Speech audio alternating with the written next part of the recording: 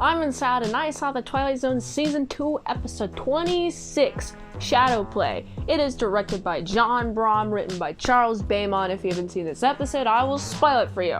This episode starts with following a man get convicted of murder, and he's being sentenced to the electric chair. He's like, oh my goodness, I don't want to live this dream. I'm in a nightmare. I keep experiencing death. I don't want to deal with this again. And that's really weird, right? So he's waiting in death row. He's explaining what it feels like to be on the electric chair, have the electric chair probe you, all that strapping down, everything in complete detail to another person on death row. The other person's like, huh, you're just crazy. This man's like, man, I've experienced this so many times. I just don't want to be in this nightmare again. Is there anyone I can convince? He has a nice little meeting with his lawyer. He's like, man, this is just a dream. And it seems like the lawyer is starting to believe him, but doesn't really have any authority to do anything about it. He starts to believe him towards the end, and then it's up for him to get onto the electric chair and have it happen all over again. And I'm like, oh my goodness, what if this was your nightmare? But the closing narration makes a solid point. What if your reality was a dream? And I'm like, okay, so what if this guy lived in a dream? Like his entire life took place in his own dream world and he's in a coma somehow?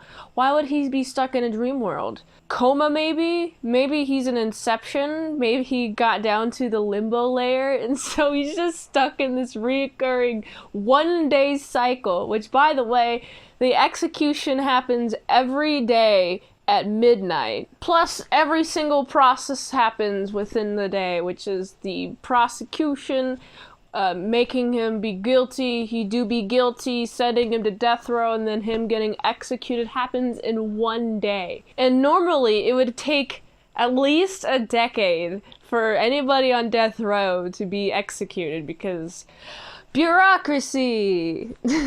And this guy knows that, and he's like, I'm trying to convince everybody around me. All of these people are just figments of my imagination, people that I've seen in the past. And each dream, they keep switching roles. I like that he uses as an example, prosecutor's wife is making him a steak. And he's like, yo, go check the oven at the house. It's not gonna be a steak, it's gonna be something else. And so the prosecutor, I guess the defendant, goes home and sees a pot roast, and I'm like, oh my goodness, he is telling the truth. I believe this man.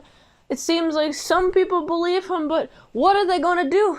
How are they going to change this guy's nightmare to be more pleasant? Imagine you're in the Inception layer, because I feel like the only way this could happen is if this guy was in Inception, but like the Twilight Zone version of Inception, right? Every single day is just this, and it's 50 years. 50 years of your perception of this, and it's just 5 minutes in the real world, and you wake up. Well, how would that handle you? I don't know if he would at all wake up. That's the thing about the Twilight Zone. He's stuck in the Twilight Zone until he gets out, but how does he get out of the Twilight Zone? Who knows? This one makes me feel a few things. First of all, I'm like, oh no, I really hope he gets out. I don't know how he's going to. I think he's just stuck. Charles Beaumont wrote something for me to watch and then just have to deal with the fact that I can't help them. What is this, torture? You're torturing me. Come on. I'm gonna go to your grave and be like, bro, why did you write this episode? It makes me sad. I can't help this guy. He's stuck in a predicament. Maybe if he were to not choose to dream that dream, can't you control dreams? I don't necessarily know. I mean, you have to be really experienced with it. I don't know if this guy is experienced with it at all. Clearly not, because he doesn't want to be in this dream.